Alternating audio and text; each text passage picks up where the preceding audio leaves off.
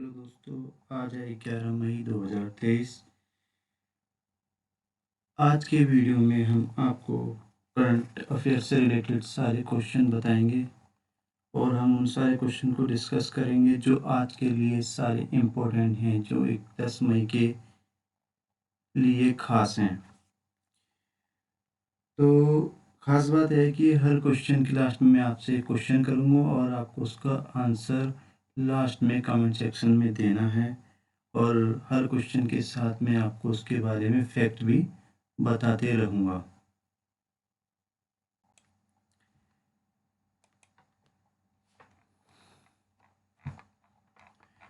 तो चलिए शुरुआत करते हैं पहले क्वेश्चन के साथ में। और पहला क्वेश्चन है कि किस मंत्रालय ने लर्निंग मैनेजमेंट इंफॉर्मेशन सिस्टम सक्षम लॉन्च किया है, जिसको सक्षम नाम दिया गया है। तो इसमें आप बताएंगे कि उसका आंसर ए है स्वास्थ्य मंत्रालय, या बी है शिक्षा मंत्रालय, सी है कोयला मंत्रालय, डी है गृह मंत्रालय। तो आशा करता हूँ कि आप अपना क्वेश्चन का आंसर कमेंट सेक्शन में ज़रूर बताएंगे। तो चलिए मैं आपको अभी फ़िलहाल के लिए बताता हूँ कि इसका आंसर क्या है। तो फ्रेंड्स, इसका आंसर है स्वास्थ्य मंत्रालय।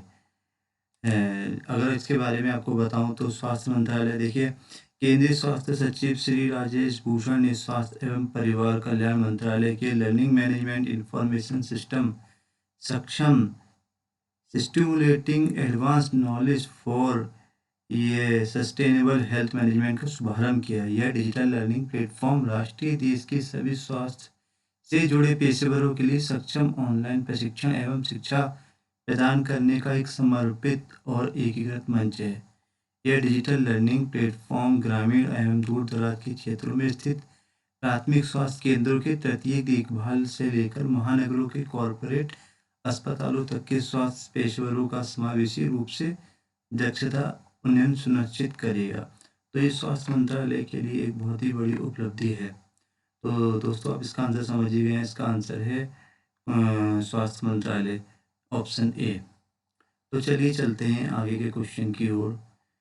तो दूसरे क्वेश्चन पे हम आते जानते हैं कि जैसे इसमें पूछा जा रहा है कि हाल ही में भारतीय रिजर्व बैंक ने किस बैंक पर 1.73 करोड़ रुपए का जुर्माना लगाया है। दोस्तों, ये जुर्माना भी जो है भारतीय बैंक के द्वारा लगाया गया है, और ये एक जो है दूसरे देश की जो बैंक है उस पर लगाया गया है। तो इसमें चार ऑप्शन दिए गए हैं: A Axis Bank, B Union Bank of India, C HSBC bank, या D State Bank of India. तो फ्रेंड्स, चलिए मैं आपको बता ही देता हूँ इसका आंसर क्या है। इसका आंसर है HSBC बैंक, ऑप्शन सी। मैं आपको इसके बारे में बताता हूँ कि HSBC बैंक के बारे में। देखिए, भारतीय रिजर्व बैंक RBI ने हांगकांग और Shanghai banking corporation limited HSBC bank पर 1.73 करोड़ रुपए का जुर्माना लगाया है। RBI ने यह जुर्माना क्रेडिट इंफॉर्मेशन कंपनीज रूल्स 2006 के उल्लंघन के लिए लगाया है। यह कार्रवाई नियामक अनुपालन में कर्मियों पर आधारित है और बैंक द्वारा अपने ग्राहकों के साथ किए गए लेन देन से भी संबंधित नहीं है। तो इसका आंसर आप समझ ही गए होंगे। इसका आंसर है ऑप्शन सी, HSBC बैंक, जो कि एक चाइनीज बैंक है। तो चलिए अब हम चलते हैं तीसरे क्वेश्चन की ओर। तो ये क्वेश्चन 3 में ये पूछा जा रहा है कि हाल ही में किस राज्य ने स्टेट रोबोटिक्स फ्रेमवर्क नाम से एक नई नीति पेश की है। जैसा कि हम देख रहे हैं, इसमें भी चार ऑप्शन दिए गए हैं: ए बिहार, बी असम, सी उत्तर प्रदेश, डी तेलंगाना। तो इसका आंसर दोस्तों आप बताइए कि इसका आंसर क्या हो सकता है। जैसा कि तीसरा क्वेश्चन है, तो चलिए मैं आपको बता देता हूँ। इसका आंसर है ऑप्शन डी, तेलंगाना। दोस्तों, एक नई नीति पेश की गई है भैया, जो जिस राज्य ने की है वो है तेलंगाना। तेलंगाना सरकार ने स्टेट रोबोटिक्स फ्रेमवर्क नामक एक नई नीति पेश की है। यह एक आत्मनिर्भर रोबोटिक्स पारिस्थितिकी तंत्र स्थापित करने के लिए किया गया है। इससे ऑल इंडिया रोबोटिक्स एसोसिएशन के सहयोग से तेलंगाना के ITE एंड सी विभाग की इमर्जिंग टेक्नोलॉजीज विंग द्वारा तैयार किया गया है। इसे तेलंगाना के आईटी और उद्योग मंत्री के रामाराव ने लॉन्च किया था। तो आप समझ ही गए होंगे, इसका आंसर है ऑप्शन डी तेलंगाना। तो चलिए चलते हैं अब नेक्स्ट क्वेश्चन की ओर। क्वेश्चन नंबर 4, हाल ही में राष्ट्रपति द्रौपदी मुर्मू ने कितने वीरता पुरस्कार प्रदान किए हैं? इसमें 4 ऑप्शन दिए गए हैं। Option A 25, option B 22, option C 32 या ऑप्शन डी 36। तो दोस्तों, आप अभी तक आंसर समझ ही गए होंगे कि इसका आंसर क्या होने वाला है। तो मैं आपको बता ही देता हूँ फ्रेंड्स कि इसका आंसर है ऑप्शन डी 36। द्रौपदी मुर्मू ने अभी 36 वीरता पुरस्कार प्रदान किए हैं। राष्ट्रपति द्रौपदी मुर्मू ने, जो सशस्त्र बलों की सर्वोच्च कमांडर हैं, 9 मई 2023 को नई दिल्ली में रक्षा अलंकरण समारोह चरण 1 के दौरान सशस्त्र बलों, केंद्रीय सशस्त्र बल, पुलिस बलों और राज्य केंद्र शासित प्रदेश के पुलिस कर्मियों को 5 मरणोपरांत सहित 8 कीर्ति चक्र और 5 मरणोपरांत सहित 29 शौर्य चक्र प्रदान किए हैं। कर्मियों को विशिष्ट वीरता, अदम्य साहस और कर्तव्य के प्रति आध्यात्मिक समर्पण के लिए वीरता पुरस्कार किए गए हैं, जो कि द्रौपदी मुर्मू के द्वारा दिए गए हैं। तो आप आंसर समझ ही गए होंगे, इसका आंसर है ऑप्शन डी 36। तो चलिए चलते हैं अब नेक्स्ट क्वेश्चन की ओर। तो हमारा अगला क्वेश्चन है, हाल ही में भारत ने आवश्यक आयात के लिए किस देश को $1 बिलियन की क्रेडिट लाइन प्रदान की है? इसमें भी हमको, जैसा कि हम देख रहे हैं, 4 ऑप्शन दिए गए हैं। Option A Bangladesh, option B Sri Lanka, option C Myanmar, option D Pakistan.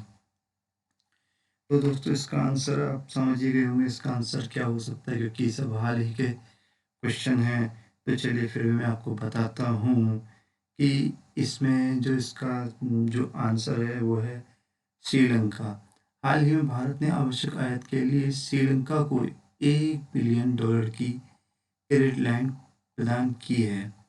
Bharat ने आवश्यक आयात के लिए 1 वर्ष के लिए श्रीलंका को $1 बिलियन की क्रेडिट लाइन प्रदान की है। यह लाइन ऑफ क्रेडिट पिछले साल श्रीलंका में आर्थिक संकट के दौरान भारत सरकार द्वारा प्रदान की गई $4 बिलियन की आपातकालीन सहायता का एक हिस्सा था। लेकिन अब इस क्रेडिट कार्ड को लाइन को मार्च 2024 तक बढ़ा दिया गया है। तो अब आप इसका आंसर समझ ही गए होंगे, इसका आंसर ऑप्शन बी श्रीलंका। तो चलिए चलते हैं नेक्स्ट क्वेश्चन की ओर। क्वेश्चन नंबर 6, संस्कृति मंत्रालय, मिनिस्ट्री ऑफ कल्चर इसे इंग्लिश में कहा जाता है, और माई गवर्नमेंट ने इस नाम से सिंगिंग टैलेंट हंट लॉन्च किया है। तो इसमें 4 ऑप्शन दिए गए। ऑप्शन ए युवा प्रतिभा, option B young singer, option C गायन महिमा, ऑप्शन डी सुर संग्राम।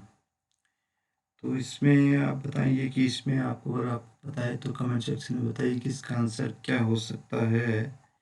तो चलिए मैं इसका आंसर आपको बता ही देता हूँ। इसका आंसर है option B young singer. My government के सहयोग से संस्कृति मंत्रालय ने 10 मई को young talent singing talent Hunt युवा प्रतिभा लॉन्च किया। इस कार्यक्रम का उद्देश्य विभिन्न गायन विधाओं में नई और युवा प्रतिभाओं की पहचान करना और उन्हें राष्ट्रीय स्तर पर पहचान दिलाना है। इस कार्यक्रम में सभी भारतीय नागरिकों भाग ले सकते हैं।